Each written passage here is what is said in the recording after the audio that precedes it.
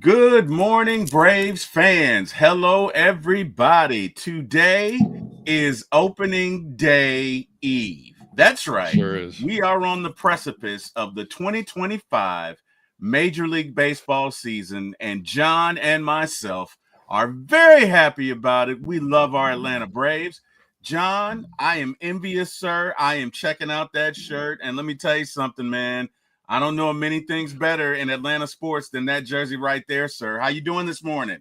I'm doing great, buddy. The powder blue, you can't go wrong with it, man. Got it at the stadium probably, I don't know, 7 years ago. It was Dale Murphy night, so they were giving them out. Of course, I had to get there and get one. So yeah, man, it's great though. I'm excited, dude. We play real baseball tomorrow, man. It's I mean, I've been fully in it with Liam then for the last 2 months, but Major League Baseball starts. So it's awesome, dude. Man, I cannot wait, man. I cannot wait. I didn't have to take tomorrow off because I'm typically off anyway. We do have a game which kind of sucks. Oh wow. Yeah. Oh, what time is your game?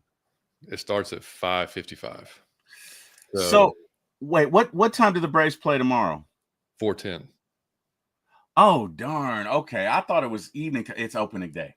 It is opening We'll day. have it. I mean, I'll be having it on the app for sure because, Okay. the plus side of having a kid that only pitches is I only have to pay attention when he's pitching. There you go. And he may go tomorrow night. We don't know yet, but still, regardless, I can have it on. If y'all don't know, FanDuel Sports Network now that's the one way you can get the Braves. It's like $20 a month, or you can do the season for I think $100. And it saves you I think $20. But I'll have that on the app, watching it for sure, and because I'll have to.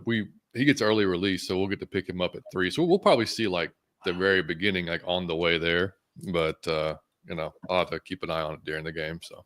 Oh man. Well, I tell you what, man, I can't wait. I'm excited about it.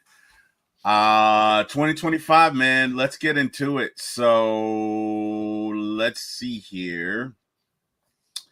Let's get into our Atlanta Braves. So the lineup, we got Jerickson Profar, batting leadoff. We got this is the lineup they had out there the other day when they mercilessly beat up the Cubs bullpen for like 13 runs and made them say uncle and sent them home crying and all that other stuff. Great stuff, by the way.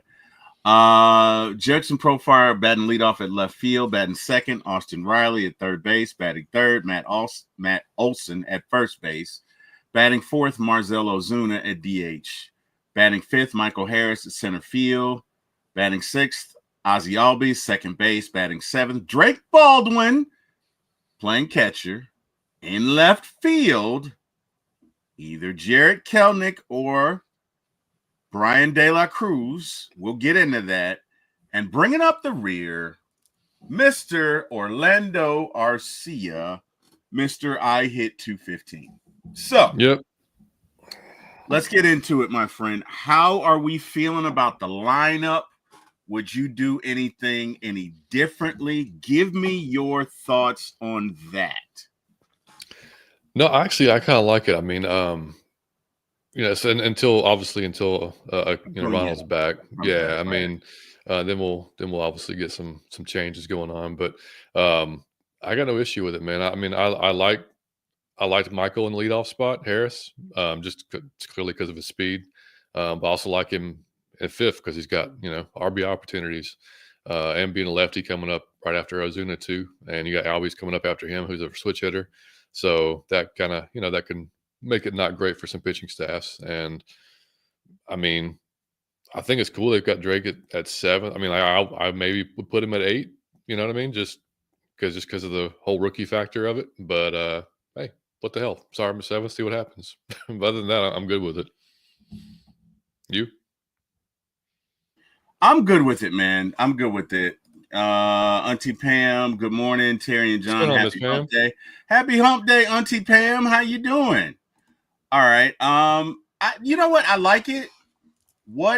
Honestly, I would like either Kelenic or De La Cruz batting ninth because Orlando Arcia is not fleet of foot, as we know. He was not blessed with speed. And as such, the ninth hole can sometimes be a leadoff spot, or you can treat it as a second leadoff spot when it comes up. So I might change that. Other than that, I don't really have an issue with anything. I like it. I like it when Acuna comes back because you just slide everybody down. You know what I mean? So I'm okay with it. Now, my question to you is, I guess it's going to be Kelenic when you see a righty, De La Cruz when you hit a lefty. Although I think De La Cruz hit a bomb yesterday. He did, and I mean a bomb off of a right-handed hitter. That I think this is still going, man. I don't think it's come down yet. Give me your thoughts, John. Who would you start?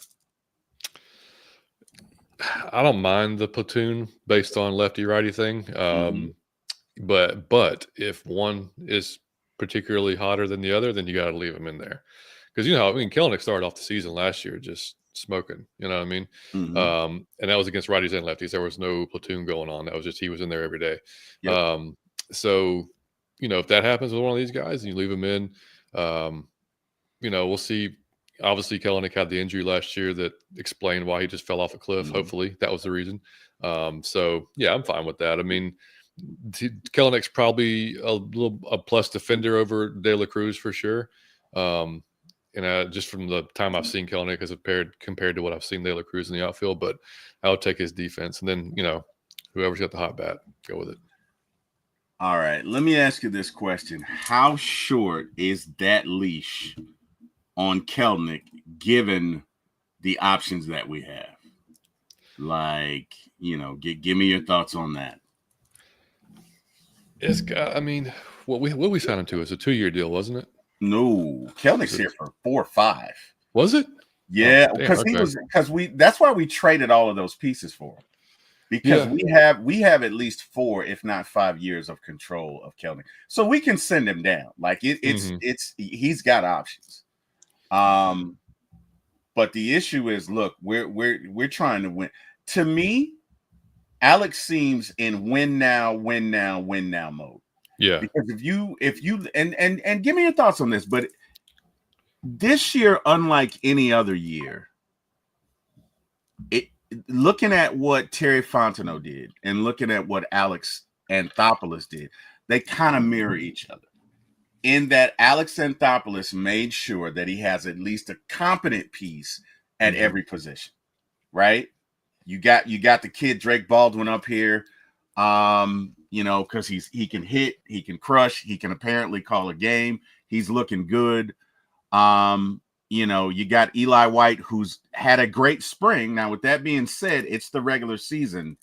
I don't know how he's going to be in the regular season, but Eli can play all positions. You've got Nick Allen, who can play all infield positions. Nick's look good. Nick really is really good defensively. I don't know that he has Arcia's arm, but he's very good defensively. So, then Alex went out and got De La Cruz, obviously. You got Jerickson Profar. You got some pieces down in the minors that, if you got an infielder, you got a decent piece down there. You got Verdugo down there. This year, it really feels like he's leaving nothing to chance. And with that being said, can you give Kelenic a month to get it together? I think it depends on the rest of the lineup. I mean, if the guys are hitting like they should, outside of say Kelenic or that spot in the lineup, then maybe you can be a little more, forgiving with it, or you take a little bit, but hitting's it's a weird thing, dude. Like you guys will just like Ozuna was a few years ago. Like I wanted his ass gone after that first month because he was hitting like 100 and something. Way below the Mendoza line. It was terrible, and I was like, why do we keep running him out here every freaking day? You know what I mean? Yeah. And then all of a sudden he turns it around and look where he's at, and it's like, so it's a tough thing to judge because you don't want to give up on a guy. You know what I mean? Too early, but at the same time, like you've got to get production, especially out of the lineup that we have. And like you said, the division that we're in, we already know it's going to be competitive. It's going to be a 3-dog race to whoever wins the East. So you don't really have a lot of time, and you just got to hope that, especially Kelenic being, the issues that he's had. It's not in his head. You know what I mean? Like, it's just, hey, dude, like, relax. You know, don't be pressing. You know, everybody's healthy right now. Knock on wood. You know what I mean? And just go out there and play your game. That's what you hope happens. Yeah. But like you said, I mean, you know, with Verdugo being in minor leagues, you know, and we'll see what happens. We'll talk about him, I know, coming up, but there's got to be that. I mean, he's got to have a little bit of fire, right? I mean, it's got to be like, okay, well, shit, there's multiple options for me right here, and I've got to earn this job, you know? Yeah. So I think they want it to be him. It's just a matter of where he can go out there and take it or not. Because, yeah, I mean, not to change subjects at all, but yeah, I mean, we saw Ian Anderson go to the Angels, right? So basically, the Angels are like our minor league. It's like our fourth minor league team, right? Like, we send, like, outside of like Mike Trout and those guys, like anybody, we just, hey, y'all want this guy? We take him. It's like our coaches as well. Our coaches as well, man. Ron Washington and, you know, freaking. It's but you know what I mean. But that's to your point though. We don't have time for Ian to figure it out this year. So it's like, hey, man, go to the Angels, figure it out. You know what I mean? Like, best of luck to you. And now we got back a lefty who's not very good coming out of the pen. Hopefully he can get it right. Maybe, you know, but I mean, we do have our third lefty in that, and was it Suarez? So we'll see. But yeah, I mean, the Alex is definitely in we got to win now mode for sure. And he should be. Yeah, he should. I gotta admit, man, when the off season first arrived, John, I was in a little bit of panic mode, man. I'm thinking, oh God, we don't have Charlie anymore. Yep. Fried's gone. What are we gonna do? But for the most part, Grant Holmes has looked pretty good. Mm-hmm. Grant Holmes looked great. AJ's looked really darn good. AJ just won that job outright. So, you know, maybe it was much ado about nothing. This is pretty much going to be your rotation. Now, I guess my question is, do you think they're going to go to a 6-man rotation once Spencer Strider comes back? Because Strider should be back after his third start in the minors, which should put him maybe late April. Yeah. Maybe. Yeah, I would not be opposed to a 6-man, especially just with you know, Chris's age. You know, the fact that we're going to ask Grant Holmes to throw more than he's ever thrown in his career, probably this year. Yeah, we saw with Lopez last year. You know, as long as you know, because pitchers are, man, they are a creature of habit, dude. So I mean, like, as long as it doesn't throw those guys off to have that extra day of rest, I would be all for it, because again, like, your goal is September, October. Like, that's your goal. Like, you want these guys. We don't want to end up like last year. You know, we want these guys to all be healthy when it comes that time of year. So if that means 6-man, then let's go. As long as the 6-man actually makes sense. You know, if all these guys are producing and they're going out there every 6th day and giving you a chance to win, then yeah, I don't know how you would actually sit one of them. You know, like, you want to do the best things for the team. So, like I said, like you said, I mean, AJ just came out and just basically, it was, I mean, you know, we talked about it before. It was between him and Ian for that last spot for the most part, and AJ just blew it away. I mean, not even close. Yeah, he was dominant. AJ was dominant. That spot in the fastball at 99. Nasty changeup he has now. Throwing that changeup in and out like that. I mean, AJ looked the best I've ever seen him look. Like, he looked. And he's so young, dude. He's so young. Like, and I understand why you don't want to trade that guy. Like, you know, if we, you know, I mean, I'm sure he was part of some trade talks, you know, from other teams, and I get it. Like, dude, that guy's so young and he's doing what he's doing right now. I mean, that's a huge upside. So yeah, I mean, why would you want to, you know, get rid of him or chance getting rid of him when he can produce like that? All right. So let me ask you this question. The Dodgers spent a ton of money. Their payroll this year is damn near $400 million. Understatement. Like, you still can't even get. If they lose, if they do not win the World Series, now they did win it last year, okay. But if they don't run it back, if you're the owner of the Dodgers, are you firing your manager, or do you just chalk it up to, hey man, some years it's your year, some years it's not? Like, $400 million is a lot of money. Yeah. you know, if you're the owner and the Dodgers lose, let's say to the Braves in the NLCS, Braves go to the World Series, yes, and win it. Are you firing your head coach? Probably not. If it's an NLCS loss, no. Because I mean, there's only so much a coach can do at that point. Like you spend all the money, you have all this talent, so it comes down to the guys on the field. You know, so no, I wouldn't. Yeah, no, I wouldn't. I'd leave him there. You? I probably would leave him there. Well, you won it last year, right? So you gotta figure that's at least bought him a year, if not. Oh, two. for like, sure. You won it all last year. Yeah. And this year you went all in. We got Miss Carrie, the best What's up, producer in the world. Miss Carrie, how you doing? Hopefully all is well, my friend. Carrie keeps us all going. I will never have anything bad to say her. I say about her. She's great. Mike is in the building this morning. What it do, Mike? How you doing, man? Hopefully all is well. Yeah, you know what? I don't think I'd fire him. I mean, honestly, they won a World Series last year. I'd kind of feel like an asshole fire. Like, you know what I mean? Wait a minute. You just won the World Series. We get to the NLCS and you're gonna really like I'd feel like an ass. So no, yeah. I don't think. Now, if it's like a missing the playoff situation, then we may have a discussion because, you know, depending on how they, you know, injuries, all that, whatever that shapes out. But if those guys are all healthy and you miss the playoffs, then yeah, there might be a conversation. Yeah, it'd probably be a conversation. I think like had he not won it last year, that'd be different. Yeah, for sure. But they won it all and they took on all comers, man. They didn't win that one cheaply. They earned it. So yeah. You know, I mean it's whatever. All right, so our rotation: Sale, Lopez, Schwelly, Strider, Holmes, or AJ.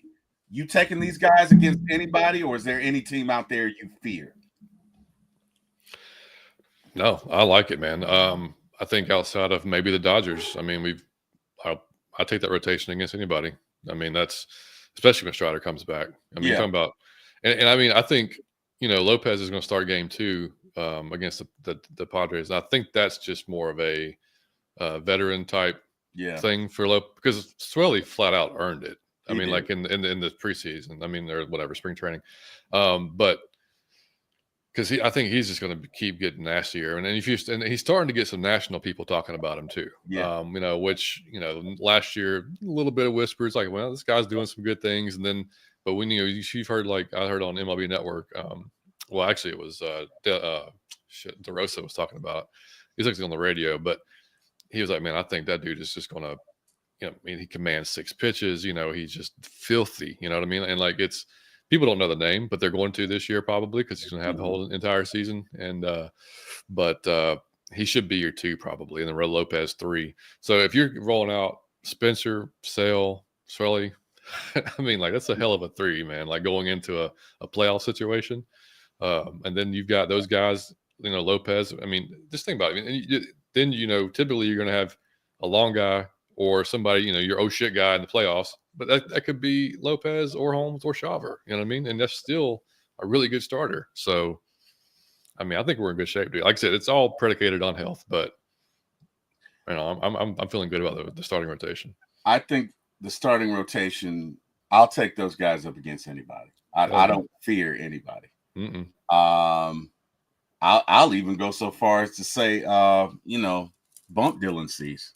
You know, bump Mike. Like, we don't need him. Now, don't get me wrong. If an affordable deal is there, I'd rather Michael King because you get him for 2 years. But we don't necessarily need him if AJ and Grant are going to come on like we think they're going to come on. We don't need them. Right. You know what I mean? We really don't need them. So I'll take this rotation over anybody. I will take this lineup. When Acuna comes back,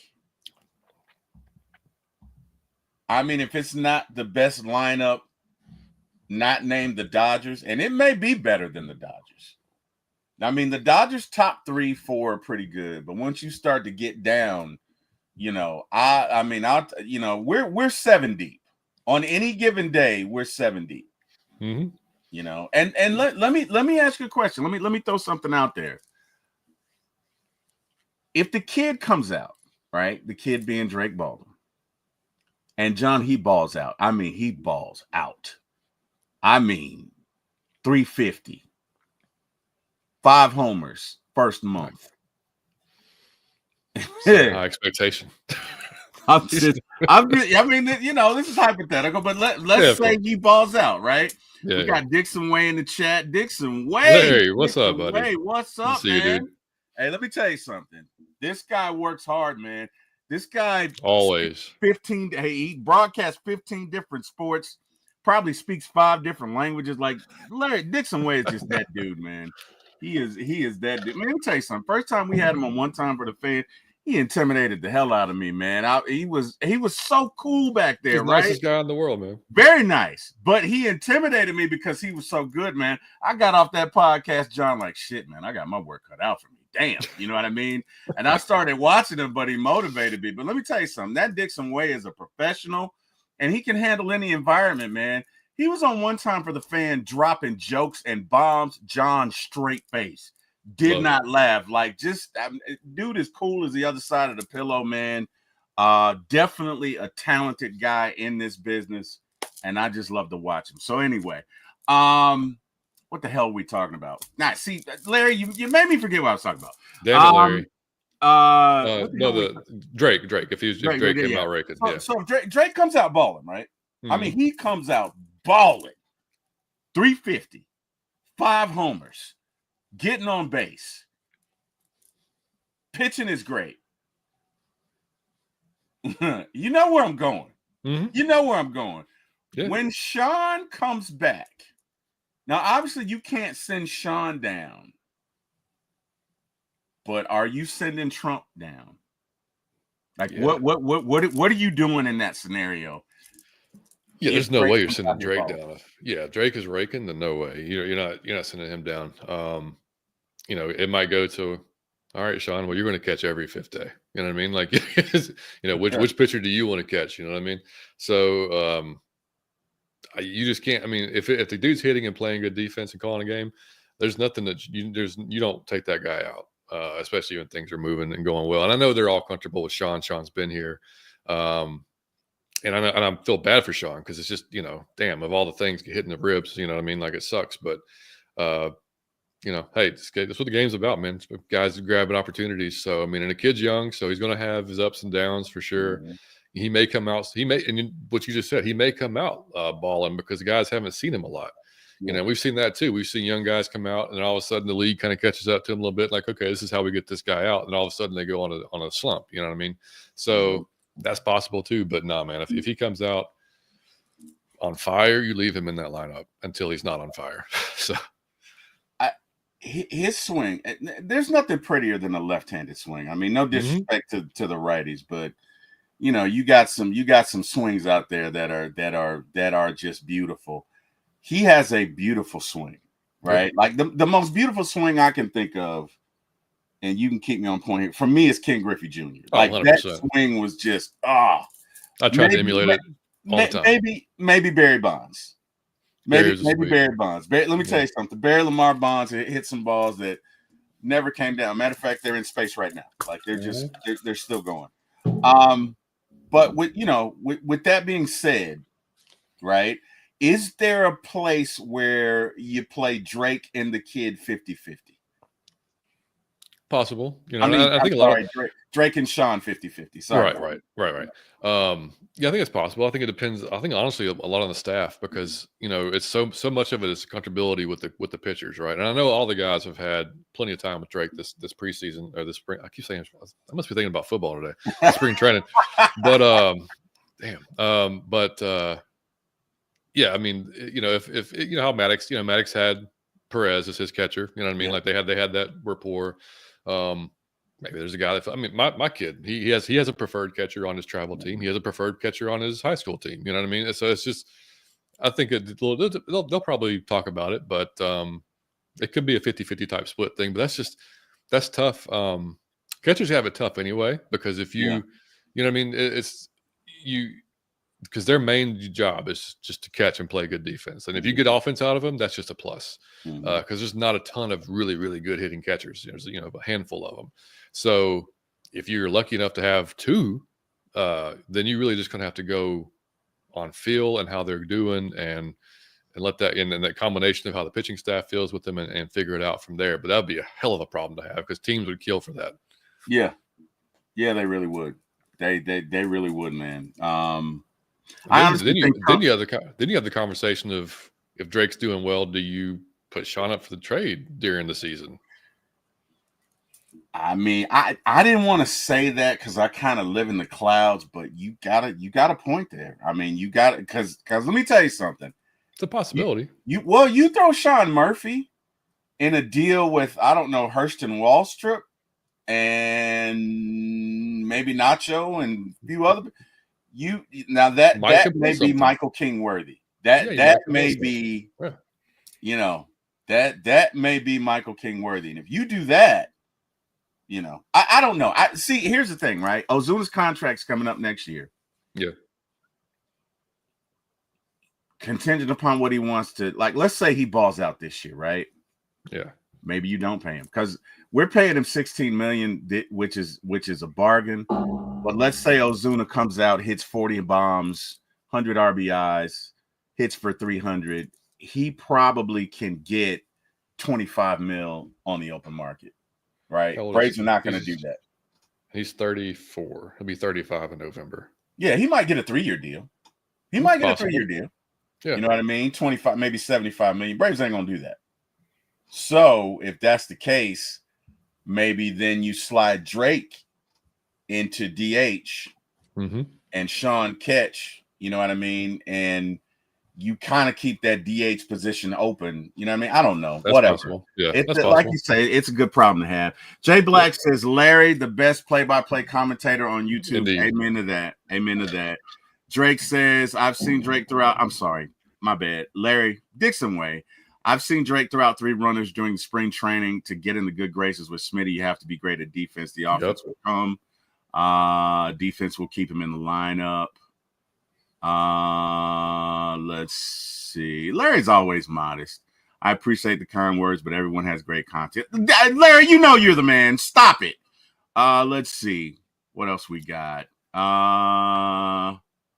Larry says trade. Let me see. Hold up. Let me see. Mike says, I think you have, because he can never stay healthy. Let's see. I think you have to. Oh, because Sean can never stay healthy. Yeah, but that's kind of like the Ozzy injuries. They're like freak injuries. You know what I mean? Like you can't. Yeah. I mean, I can't blame a guy for that. You know what I mean? Unless it's like prolonged. Mm-hmm. Dixon Way says trade Sean for Cease. I don't know that Sean gets him alone, Larry. That's my. They wouldn't do it. I don't think they would do that straight up. I don't think they do that straight up. You gonna have to include some folks. Larry says I'm not trading Waldrop. I would, because he grades as a closer. Well, it depends on what you're gonna do with Rafi. So maybe not. I don't know. I'm looking at this year and what you can do to get him. But Larry, you have a good point. So he's got to figure out his fastball, which is odd. Like he has a hard time like really like locating his fastball. Splitter is what is going to get him in the league eventually because the splitter is disgusting. That's phenomenal. Phenomenal. But he's got the potential. He just has to figure out again just how to spot that fastball. All right. So let's get into what keeps me up nights with this Braves team. I know what it is. Oh yeah, I know you do. Woo! Let's get into this bullpen. And when I tell you this bullpen is going to keep me bald, I'm not lying. If I didn't have hair, I wouldn't have hair. Now, with that being said, this bullpen could be great. I don't think they're going to be what they were last year because you don't have AJ. AJ was consistent as you could be from the left side, and you don't have Jimenez, and he was pretty good last year. And so I'm just going to be honest, John, and you can chime in wherever you want. I think we're going to have some adventures this year with this bullpen, just bottom line. I could be wrong. You know what I mean? I like to live in the clouds, but even I must acknowledge they give me a little a smidge of the Sams and the Willies. So let's get into it, right? We got Raisel Iglesias. He's been money. He's been great. No issue with him. You got Pierce Johnson in the 8th inning. Only thing about him, John, is if that curveball is not there, we. I mean, I'm not calling him a one-trick pony, but if that curveball is not curving, that's like Mario Rivera without that cutter.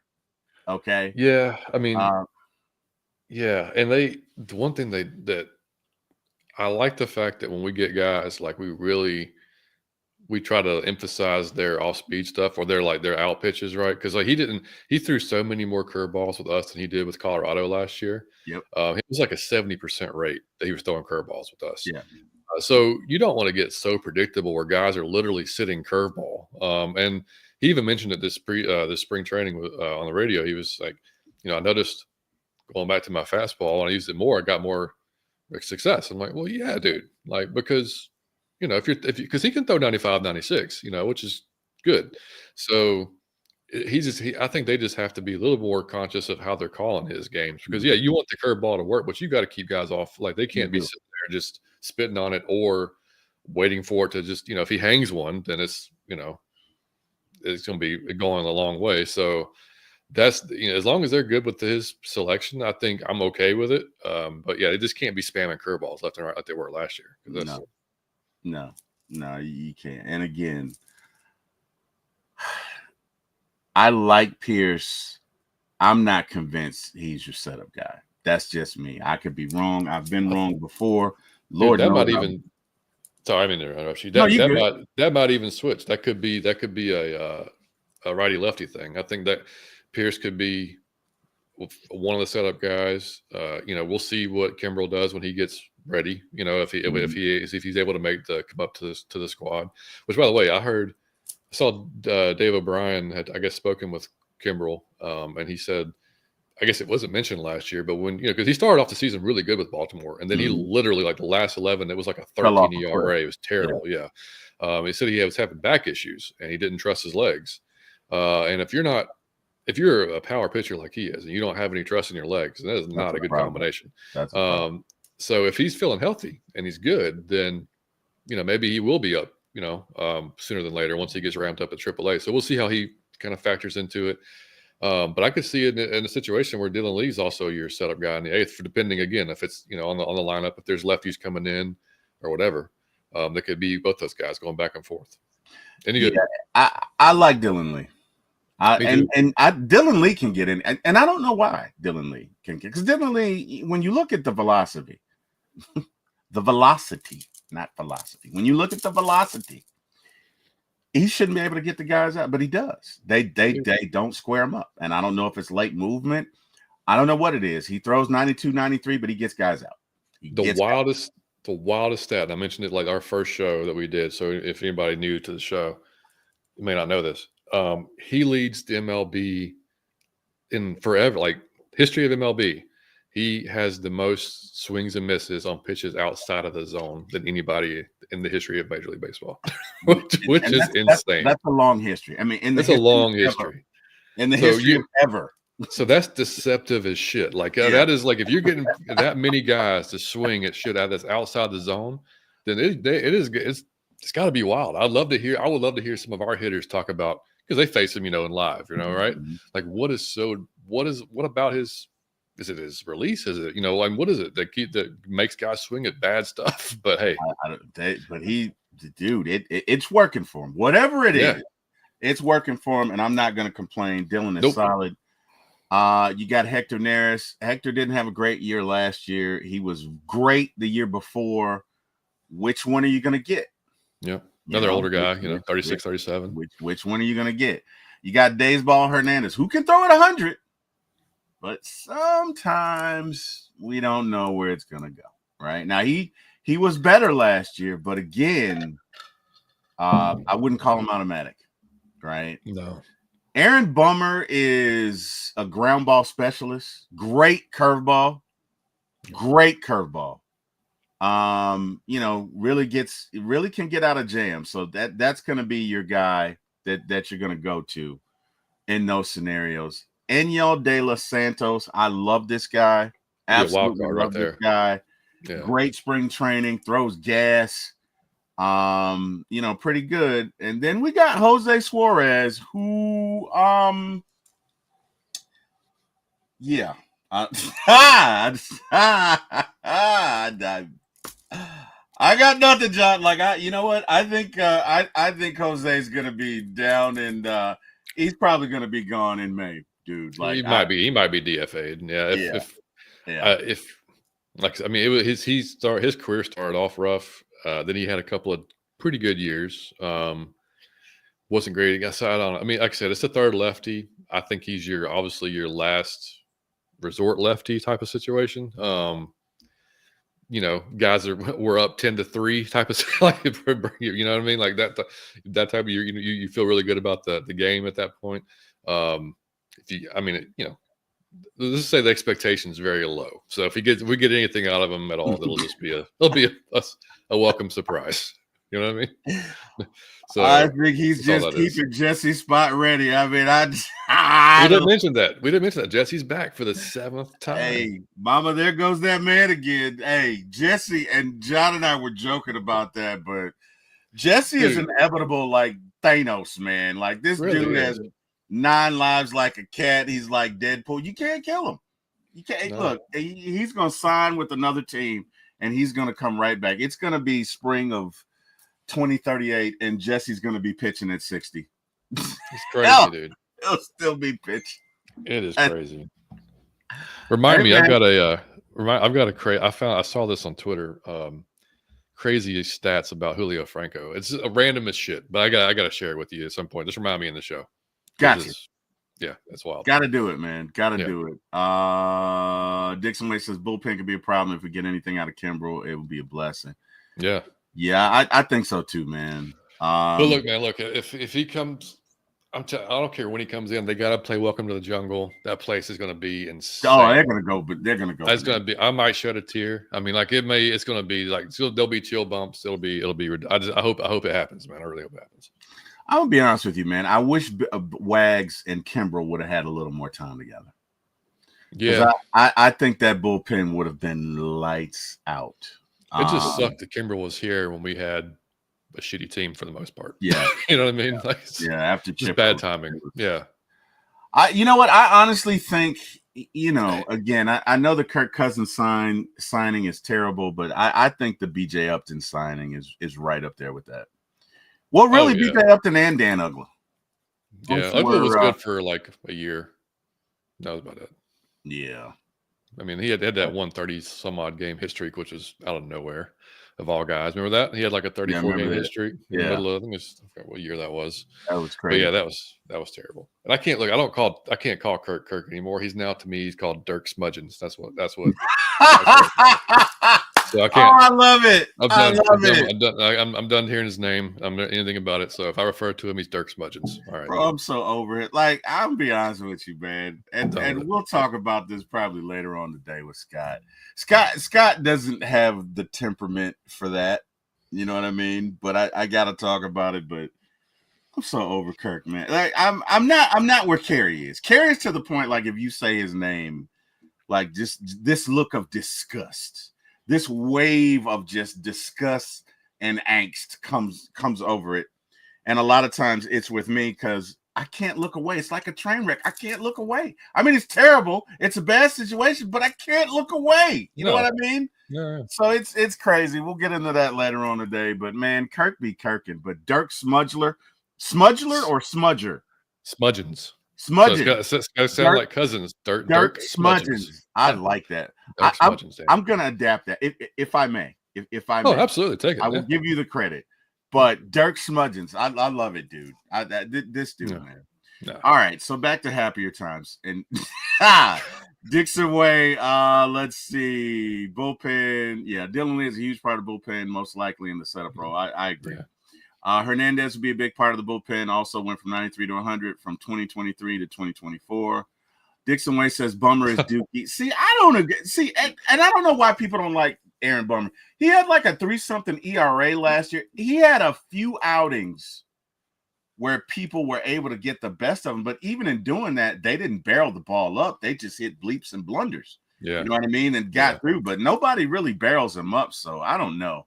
Dixon Way says, I like De La Santos stuff. Me too, Dixon Way. I love it. That dude is phenomenal, man. I don't know who let him go, but whoever did, thank you. He could be, like I said, he could be a wild card. He's one of those guys, like, you don't know what he could be this year. He could be really damn good. And if he is, who knows what role he gets himself into. But hey, I'm all for it. Amen. Me too. All for it. Injured list backdated to March 25th. Ronald Acuna, Sean Murphy, Nacho Alvarez are all on the 10-day. Spencer's on the 15. Joe Jimenez is on the 15-day injured list. Now, Joe Jimenez is not. If he comes back this year, it'll be a surprise, but it'll be late. More than likely, he won't. So I think they'll, at the end of that 15 days, they'll probably go ahead and put Joe on the 60-day disabled list. I really feel like Spencer will be back late April. Probably late April. So, De Los Santos was with Philly in 18-19, and then Cleveland 20. He had two teams in 21. Yeah, Philly and Pittsburgh, and then went to Cleveland. And then we got him after Cleveland. But the thing is, like, where was that? He didn't have a ton of innings pitched, so it was kind of like he wasn't used a ton either. So hell, he had a 1 point something ERA this 2.35 ERA this spring. So yeah, I'll take that. Let me ask you a question. David Robertson is still out there, and David Robinson has the curveball of all curveballs. Braves love curveballs anyway. I'm very surprised they didn't sign him. I'm very surprised because he's out there. He's still out there. Yeah.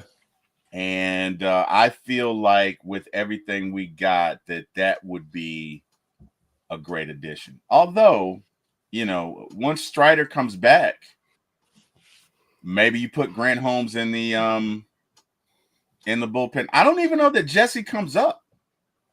Yeah, that's a possibility too. Because if they don't go to a 6-man, which is also possible, then one of those guys is going to have to go to the bullpen and be your long guy or whatever.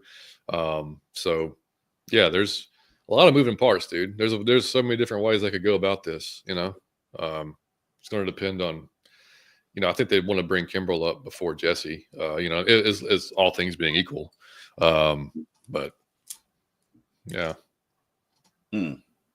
Is Kimbrel the all-time Braves saves leader? Mm-hmm. Yeah, okay. I believe so. Yeah. Okay. Could double check that, but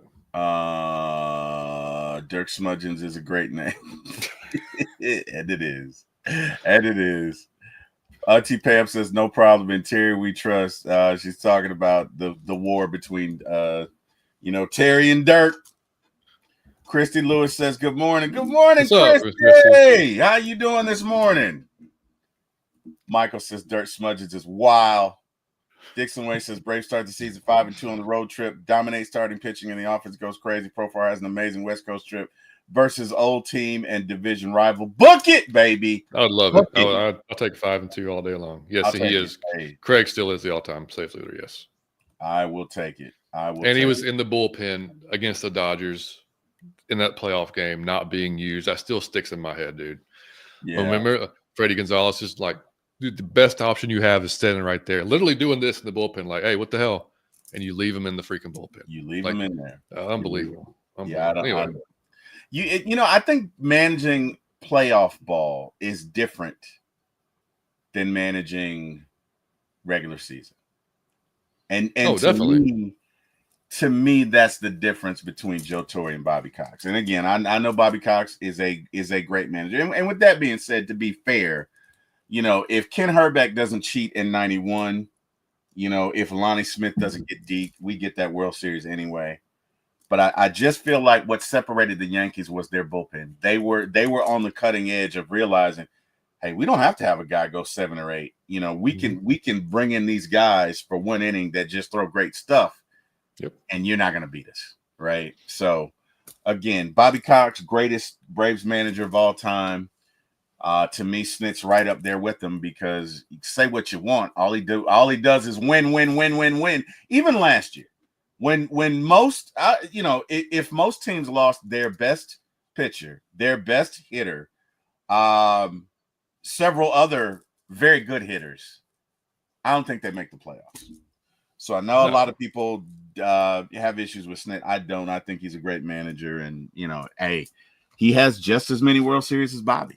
And if he wins another one, let me ask you this question: if Snit wins another World Series, and I'm throwing it out there, is he better than Bobby? And it's got to be talked about. I mean, Bobby's got the longevity. You know what I mean? Like he's got but I mean that's similar to at the time there was discussions. When Eli had 2 Super Bowls and Peyton had 1, it was like, oh, well, is Eli better than Peyton? You know what I mean? Like, so that's a good point. I mean, but it's. Yeah, I mean, I don't think there'd be necessarily a wrong answer there because it's hard to duplicate 14 straight division titles, like no matter what you say. And I understand, like, yeah, we definitely wanted. Trust me, we should have had 3 World Series, without a doubt, to me, and during that, if not more. Yeah. But regardless, that's a hell of a feat. Goddamn Mark Wohlers. Jim Leyritz, and there's so many names we could go down. Kirby Puckett, freaking anyway. Oh my God! Oh my goodness! Golly, damn it! Yeah, damn it! But Snit. No, yeah. I mean, win the World Series, gotta be mentioned, man. I mean, gotta be mentioned. So yeah, I mean, look, nothing against Bobby. Bobby, see, the thing about Bobby and what made Bobby so great, Bobby was the GM that brought a lot of these guys here before he came down and was the manager. So if you want to know the truth, Bobby kind of built this team and got it started, and then Schuerholz joined him. And I'll say Bobby and Schuerholz built it, but Bobby had a lot to do with that. So it's one thing to build a team because the Braves sucked in the 80s. Sucked. Yeah. Sucked. And Bobby comes in the late 80s, builds this team. Schuerholz comes over to join him. And then you go on a run for 14 straight. I mean, I don't think that'll ever be done in sports. I don't think so either. I don't think that'll ever be done in sports. No, and they did it. I mean, as much as Snit, because everybody knows Snit's been a Braves lifer, as much as he probably and did learn from Bobby, he's not Bobby. He's still different. They're very different still. Because Bobby was about as old school as it comes. Oh yeah. And there was no. I mean, it was his way, or that was it. Snit has become. Now I think Snit has mellowed over the years because he used to be. Because he used to be a hard ass. Like, and if you hear players talk about him, like when he was with AAA, he was a hard ass guy. And I think because some of the stuff now, like you wouldn't see him have, probably have allowed years ago. You know what I mean? So I think he's kind of evolved with the game. Game's gotten younger. Maybe even a little bit more flashy, stuff like that. He may not love it, but he's not going to stop the guys. Like he lets them be themselves, which I think they all appreciate, no matter what it is. Yeah. So, yeah, he's like I said, I'll have issues with him during the season. I think everybody does because everybody thinks that they can call better or that they should have took the guy out when they thought he should have took the guy out or whatever the case may be. Of course, there's always that hindsight. There's always the and there's been some decisions you're like, what the hell, that make absolutely no sense, but. Overall, with that team we had last year, the injuries we had, the fact that we made the playoffs is insane. So, there was a reason he was still in running for manager of the year because of the job he did with basically, half injured team. So, no doubt about it, man. No doubt about it. Dixon Way says Kirk ruined our season, so we will ruin his chances to play this season. Petty turned to 100. Michael says, and I can totally agree with them. As a Scorpio, I approve of your level of pettiness. And I am also a Scorpio, Michael. And when I tell you we are the most petty people on the planet, totally agree. Totally agree. Let me tell you something.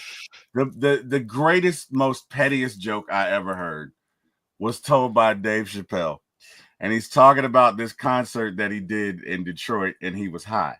And I guess he bombed. He was terrible, right?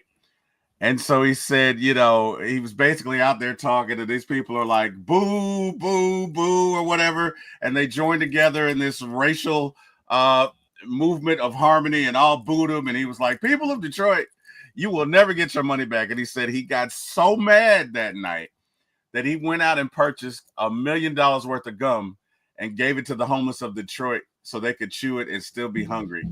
That is petty as hell, man. That's hilarious. That is the pettiest shit. Like, that is some pettiest. That's petty. That is the pettiest shit I've ever heard. And not that it's funny. I'm not making fun of the homeless. I'm just saying, that's petty, man. That is petty. That's. I felt like you must be a Scorpio. Carrie says, "Hey Larry, I agree. Jay Black, best watch alongs out there on Dixon Way." Carrie says, "Sheesh, Larry, I thought T. Will was petty when it comes to Kurt." The Dixon Way. Hi, Carrie. Good morning. All right, so let's look at the first 12 games, right? So we got San Diego for 4, which is tough. We then have LA for 3.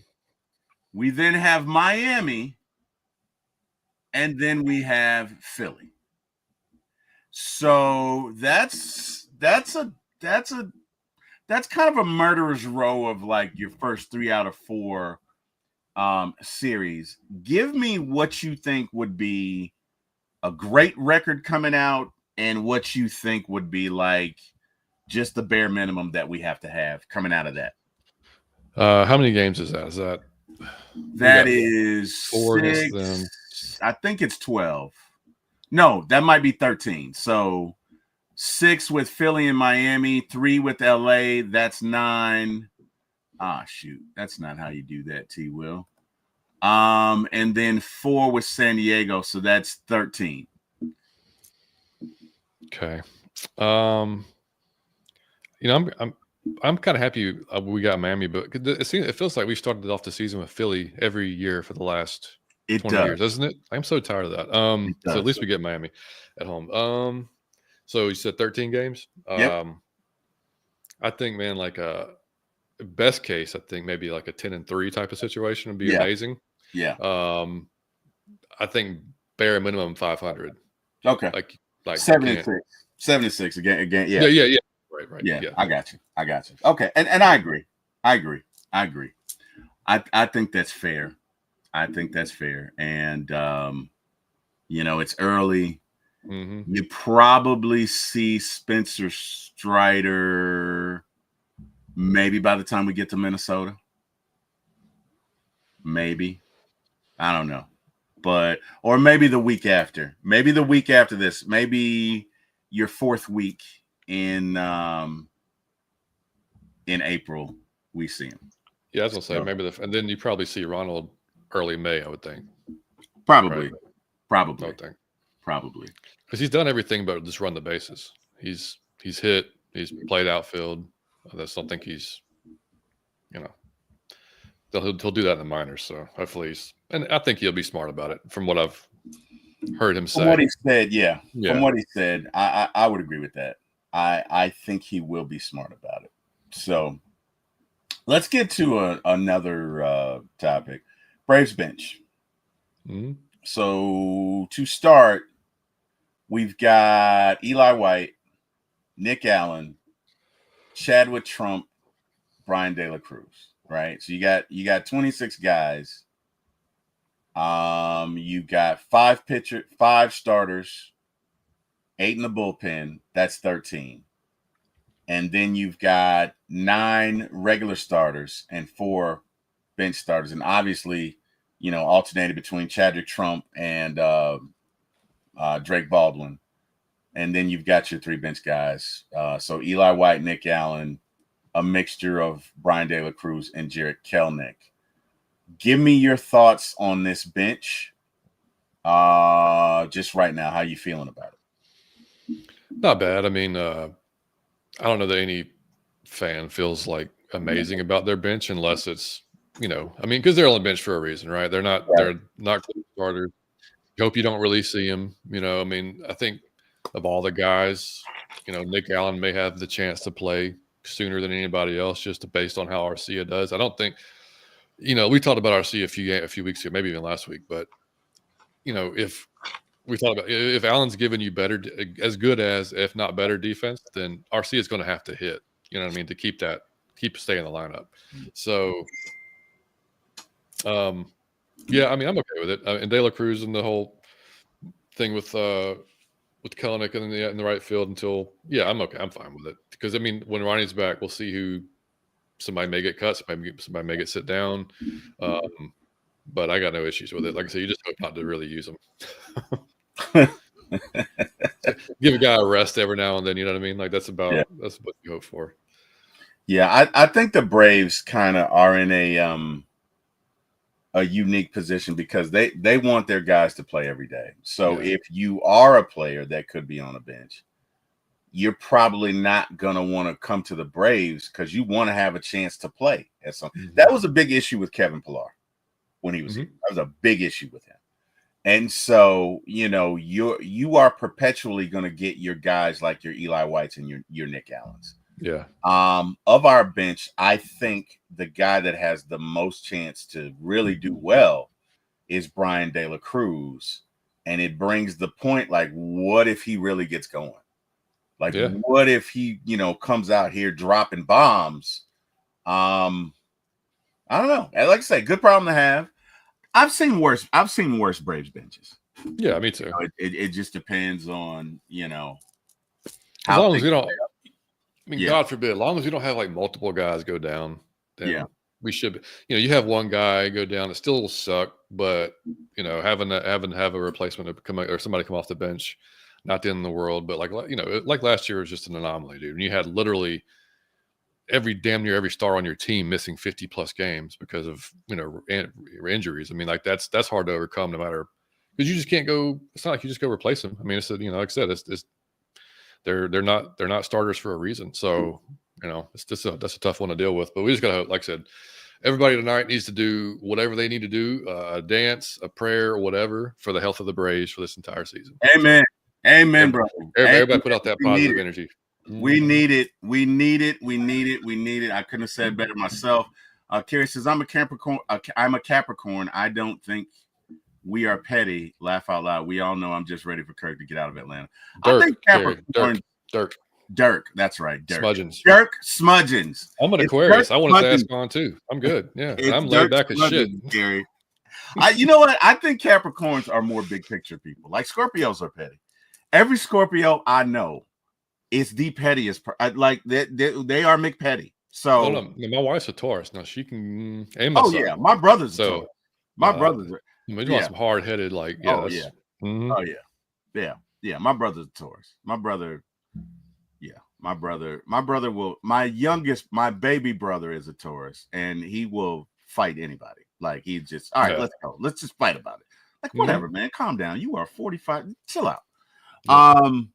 So yeah, but Capricorns are more big. Like I've got a cousin who's a Capricorn. He's more of a big picture guy, right? They can see the big picture.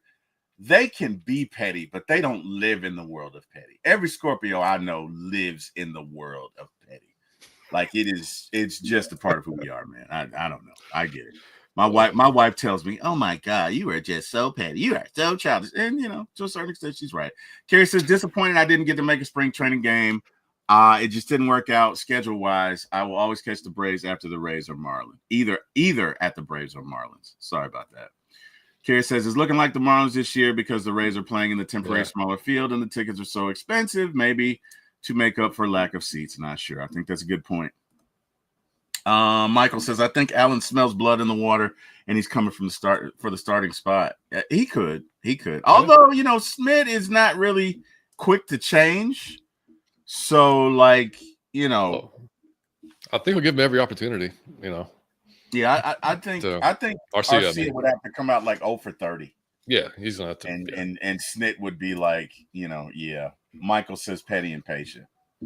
So, hey, we're gonna change gears just a little bit.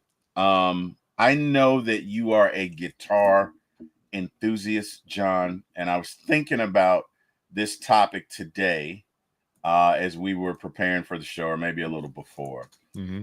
Guys in the chat, give me your favorite hip hop song or R&B song with a guitar riff, right? So 2 songs come to mind for me. One of them, or actually 3 songs. Favorite guitar riff in hip hop for me right now. There's a song by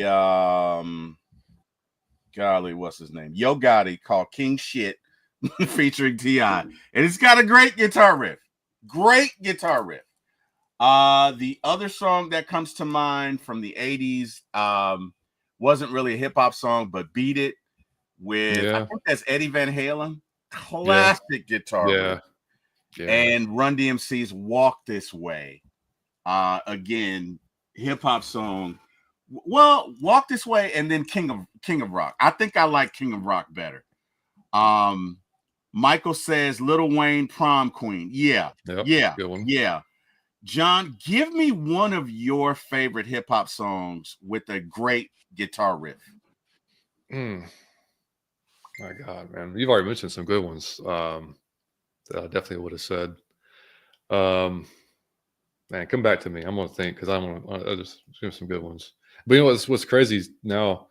Like, there's a band out there, and a lot of people probably haven't heard, but it's called Falling in Reverse, and the lead singer, he can literally do everything. He can rap, he can sing, he can do different genres. And there's a song I'll send you later. It's gonna blow your mind. But it's a metal band, but but he's stupidly talented. He can do it all. Yeah. Come back to me. I'm gonna think on that. Okay. Have that. Yeah. What? So that's yours though. What Beat It and. So for me, my favorite too, like any Linkin Park as well. Yeah, I thank you, Mike. Yeah. Matter of fact, didn't they team up? Didn't they do a combo with Jay-Z? They did. Where they remixed. I can't think of the name of it. Yeah, it was shit. It was, I forgot what it was called. But yeah, they did a whole album with Jay-Z. They did that. I like Linkin Park. I like them a lot. I like them a lot. I really do. Numb. Thank you, Big Low. Big Low in the building. Yeah. Look What's up, Low? in the building. I love Numb. I love Numb. Great song. Their first album, just in general, like first couple albums are great. And their funny story. Their first album I actually downloaded on Napster for all you. Wow. Before it was out, yeah. Spent like days doing it. Because if for y'all that don't know, when we had dial-up, there was Napster, there was LimeWire, there was you went on there to get your songs, right? You would put like 15, 20 of them in queue at night. You wake up the next morning like 2's downloaded, and you got the rest of it got errors on them. You know what I mean? Yeah. So it would take you days or whatever weeks to download a full album. But I had that album before it ever came out. I still went and bought it. So I mean, like I wouldn't. Still went to what was it? I don't know, probably Circuit City or something, and bought the album anyway. But Circuit City, damn, dude, I worked at Circuit City. Yeah, damn. I was in high school. Yeah. But remember Turtles? Oh hell yeah! Had one on in Douglasville, dude. I used to go there all the time. Every Tuesday, man, I'd go there and get the album release day. CD for the young folks. Now, for you older folks, I would get albums. I had albums when I was younger, but let me ask you a question. Did you ever get into Laserdisc, John? Laserdisc kind of was just like it was a quick thing. It never hit. No, I wasn't. No, I was straight CDs. Went from cassette tapes to CDs. And I've got, I mean, hell, I'm not going to get it now because it's heavy. I got one of those thick ass like binder full of, CDs. Yeah. So, yeah. Probably, Mike, it must be Chester Bennington though, and then Facts and 18 Viruses. Oh, he's talking about that. Yeah. Now, LimeWire. You know what? You just reminded me of a very dark time in my life, John. And I have to share it. So it's okay. It's not your fault. So my oldest daughter, Mariah. Mariah broke me in for my younger two, boy. Boy. And she was a teenager. You know how teenagers are, right? So she's into LimeWire. And I said, look, I think at the time I had all of my songs on iTunes, right? I must have had at least 5,000 songs, John. Some of them remixes that you can't get anywhere. Right. Just right. And I said, hey, whatever you do not download from LimeWire. And what does she do, John? What does she do? So she downloads from LimeWire and it corrupts my drive. Oh no. Right. So I am pissed. But luckily, I've downloaded everything on my iPod. Right. So I'm leaving for work one day. And I'm in a rush because I'm late, because whatever. And unbeknownst to me, I dropped my iPod on the ground, and I'm rushing, and I take off, and I roll over. And you know how you just get that feeling in the back of your neck, like you're sweat. And I just hear this crack, and I'm like, oh no, oh Damn no, oh That's no, gotta be it. oh My God. no.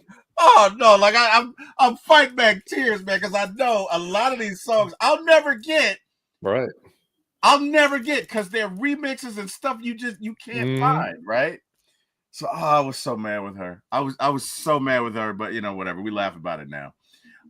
Carrie says Prom Queen is a good one. Carrie says Sorry I'm Behind. How to Love by Wayne for me. Okay. I mean Lose Yourself, Eminem, classic one. Yes. As far as that one goes. Yes. My son loved that song. Still loves that song to this day. Yeah, that one's up there for sure. Yeah. And then freaking Roots had one too. Roots were a lot of Roots because they had one song, I think it was the C 2.0 was really good. It's freaking Beastie Boys, of course. No Sleep Till Brooklyn. No baby. Sleep Till Brooklyn. Yeah.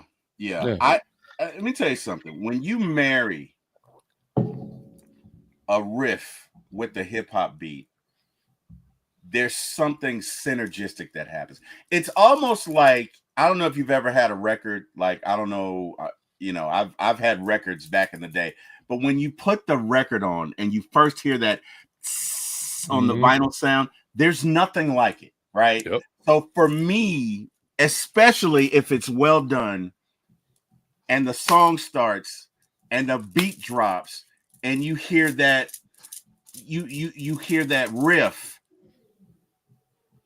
it's nothing like it. Now it's got to be done well, right? You can't just, it's got to be a synergy there, but there's nothing like it. Michael says, y'all remember Zune? I do. I do remember Zune. I do. Because when initially they came out, it was iPod versus Zune, right? So I do remember it. That's Carrie says LimeWire, all those were the day. Yeah, man. No, my daughter. So many burned CDs, man. I used to burn a lot of CDs. We used to go get a bunch. You could get the stack of blank CDs, like at Circuit City or wherever the hell Best Buy, and then you just create your own mixes, man. It was great. That is crazy, man. It's amazing that we've gone from where we are to now in just the technology, and nobody even does that anymore. Like you can have 1,000 movies on your phone and not have any hardware. You know what I mean? You can have a million songs on your phone, and it's amazing. It just where stuff goes, man. So it's crazy. But I was thinking about that this morning. Also, Trick Daddy, Let's Go. Yeah, for me, like that's the ultimate football song. I want to go hit somebody when I hear that. I don't know why. But I just let me go find a Saints fan in Cub and in Publix and just pile drive him into the zucchini. Yeah, let me do that. Let me knock him out. Probably be more like I'm old and out of shape, so I probably would miss or get knocked out. If you get the head of steam, man. You get the head of steam. No, they're going. You just gotta. You can't miss. You can't go flying in the zucchini yourself. You cannot miss. Oh my God! You would be a meme. You'd be a meme nowadays. The internet is undefeated. People don't. What was it? The Terry, the Office. Was it those commercials forever on Terry Crews? Terry Tate. Yeah. Oh God! You know what? I wish I could download that and share it with the crowd, but I don't think you'd have to have like you'd have to have a downloaded copy. Like I could show it on YouTube, but you wouldn't hear the sound. That shit was hilarious. Oh my God. Oh man. You know what? I'm gonna try it. Oh the hell. Let me see if slides, video file, image file. It'd have to be a video file. It wouldn't. No, it wouldn't do it. It'd have to be downloaded. No. Yeah, it had to be downloaded.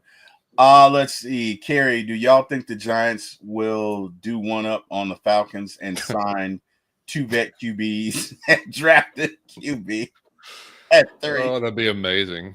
Well, they are the Giants. You know what I mean? Can you imagine? They did sign Daniel Jones for $40 million a year, and they did get rid of Saquon Barkley, who promptly went to the Eagles and gave them a Super Bowl. So they could do it. They could do it. I don't know. That'd be something. So they signed Russell Wilson and Jameis. Dubs, right? Famous James. Yeah, thank God, man. They can have that guy. Yeah. I don't think the Giants, like, I didn't think the Giants were going to draft a quarterback because he doesn't look like they're going to now. No, well, and he didn't. You know, I didn't think they were going to do it. Michael says office linebacker. Yeah. Kerry says you're a hater, T. Will. Who am I hating on, Kerry? Who am I hating on? I'm not hating on anybody. I'm just saying, you know. Let me see. Kerry says Giants fans, they are happy they signed James. That's because they don't know any better, Kerry. Exactly. They don't know the guy. Whatever. You know what? Y'all gonna find out stuff about Jameis a couple of years from now. Oh my God! And you're gonna be like, T. Will was right. He's gonna give you a hell of a locker room speech. It's gonna make no damn sense. He's gonna go throw 4 picks. It's gonna be amazing. Right. 1 TD. Hey man, have you seen that interview? It's a show with Deshaun Jackson and Shady McCoy, and they're interviewing with Gerald McCoy about the Eat the Dubs. Have you seen that? No, I haven't seen that interview. No, I'm gonna send you that because you will walk away with the profound understanding of why I'm like, this dude's just weird. Yeah. Just freaking weird. And I'm not going to say on air because it's not decent. But when I send you this video, you will understand. You will understand. Remember, did you see the one where I think it was him and when him and Fitzpatrick were on the same team and he was doing some, it was a pregame thing and then Fitz was like, it's too much, dude. It's too much. Like, call me shit, man. Like, it's just. Like, oh my God! Like, you gotta read the room, buddy. Like, bro, I honestly, man, I'm telling you, that boy ain't right. That boy, I'm telling you, that boy is not right. Dude's a clown, man. Dude's a clown. I don't know what it is, man, but that boy ain't right, man. Well, hey, let's get back to these Braves. So there was an article. Let's see. By what's his name? David O'Brien, actually a tweet. We're saying through 3 innings at Lakeland, Braves Reynaldo Lopez has averaged 93.7 miles per hour on 16 fastballs, down 1 to 2 miles an hour from earlier in spring. He's had 4 fastballs, 94.9, 95.3, picking up velo since first inning. He's allowed 4 singles, no runs, no walks, 1 K, induced 2, ground into double plays. Why this is significant is because Raylo typically throws 97 to 99, can get it up to 100, and with the pitcher, anytime 3 miles an hour doesn't seem like a lot. It is. That's a lot. That is a lot, right? What are you saying, T. Will? What are you saying? What I'm saying is, in 2023, Raylo threw 56 innings. In 2024, he threw 135 to 140. That's more than double what it was the previous year, and the arm can only take so much. So for those of you who say, well, let's find a reliever and convert him into a starter, this is one of the fears, right? Now, the Braves have not come out and said anything, but notice he has not really been pitching in games. He's been pitching on the back end, right? He's been pitching on backfields. I'm a little concerned about this and why this would make sense to me. John, here comes my conspiracy theorist brain. So just walk with me for a second. I know it's crazy. I know I'm a little crazy, but it's fun. Walk with me.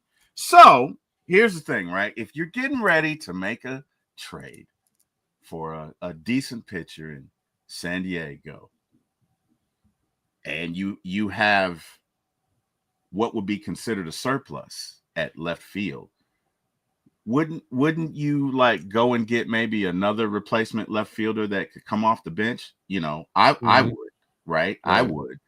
And especially if the need, because you see that who would be your number 2 starter at the beginning of the year could now potentially be injured, right? Because basically, when you lose 2 or 3 miles an hour off your fastball, in most cases, it's that ligament that we call the elbow that you got to get it replaced via Tommy John. That's what's going on in most cases. So that's why I'm saying pay attention to Raylo. Now it could be that he was tired. It could be that he had dead arm. It could not be a thing.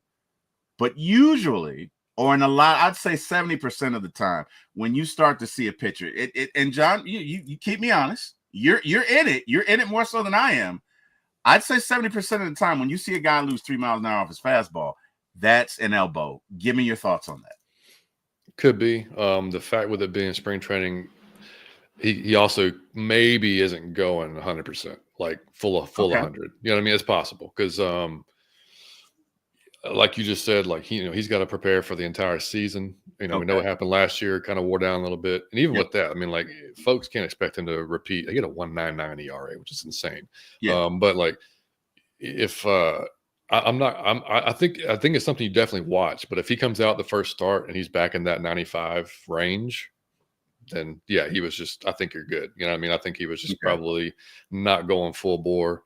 I mean, I know my kid, like first couple of games of the season, he's not going. And the coaches will actually tell him like, hey, I don't want you out there going 100% just yet. Like you ramp up. Make sure you're ramping up properly.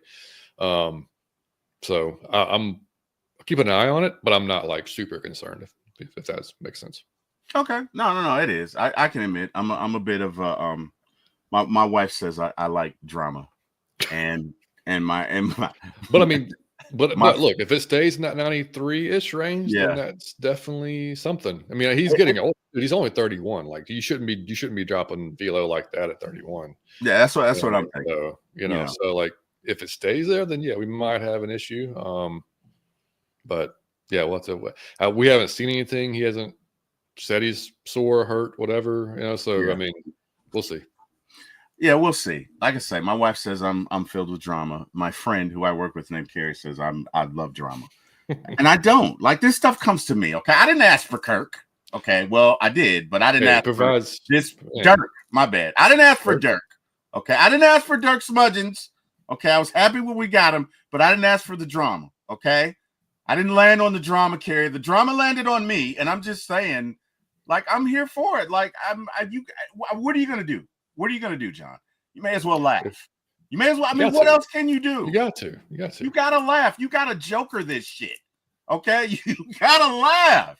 You have to appreciate the situation for what it is. It is chaos. It is crazy, but it's a little funny. No, like that's why I see some of the young cats on Twitter getting like super pissed. I'm like, man, y'all are just like sit down, man. Like we've been here a while. Like you know what I mean. Right. Well, won't you watch the older folks and like just watch us how we kind of let that go off our back. We might get pissed for a few minutes, then we're gonna be like, hey, this is we've seen this show. We're used to this. We've seen this. Right. We've seen this show. I mean, bro, it's look it. It's a comedy with a little bit of drama involved. You know what I mean? Or a lot of drama sometimes. Carrie gets so mad. She gets so agitated because she's just over it. Like, honestly, I get it. If Kirk were to show up at Carrie's door, it would be a problem. I'm not going to lie. It would be a problem. Hey. Carrie is the nicest person that I know, but if Kirk showed up, hey, I need to place a phone call, he's not getting in. No, that right now. Carrie is not letting Kirk in, and she's going to be like, no, I'm not going to, you can't use my phone. Tough, okay? And Carrie is the nicest person that I know, okay? But she's so over Kirk. I think if Kirk showed up with, like, just all bandaged and bloody and whatever, she's not letting him in. She's not going to let him come in and wash his hands. She's not going to do it.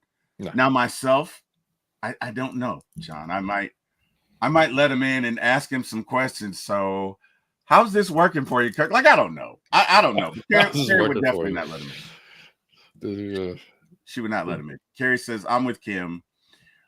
All right. So, I'm not going to get into the Verdugo thing because whatever. At this point, I don't care. You've kind of assuaged my fears. So I'm not going to bring it up. It is something that I have. Yeah. Because you're because really when I saw that, I'm like, okay, Raylo's throwing 3 miles an hour. Maybe they're getting ready to trade Michael King. Maybe that's why they're saying Verdugo so they could trade Kelenic in a package with some others. And now that you said, well, maybe he's just taking it easy. And you're right. I mean, he did throw for 1 billion innings last year. So more than he normally did. Yeah, it could be much ado about nothing. So I don't. But the whole Verdugo thing, though, like we talked about it, you and I mean, like, this could be like a wake up call for him. Like, dude, nobody wanted you. Like the teams, like you could have went and contributed to some teams. They were scared of you because of your off the field issues, tardiness, whatever the hell you want to call it. Yeah. So you got a $1.5 million deal with the Braves, which you should be happy to be in this organization. You would think, like this is a really damn good organization. We got a chance to, go all the way this year. So you would think that might be like, well, I got to get my shit together and, perform because I could be on the major league squad. I could contribute, or at least do well enough to get traded to a team where you could contribute some more. So, because he can still hit. He had a down year last year, but before last year, he was a career like 270 plus hitter. Not a lot of power, but could play really good defense and normally just get on base. But, I think he's just a depth type of thing. And, because again, for 1.5 million, if you have to cut him or nobody's going to care. So, you know what I mean? Like, all right, whatever. That didn't mean anything. I just think it's interesting because Alex typically does not go for this kind of guy. Alex Verdugo.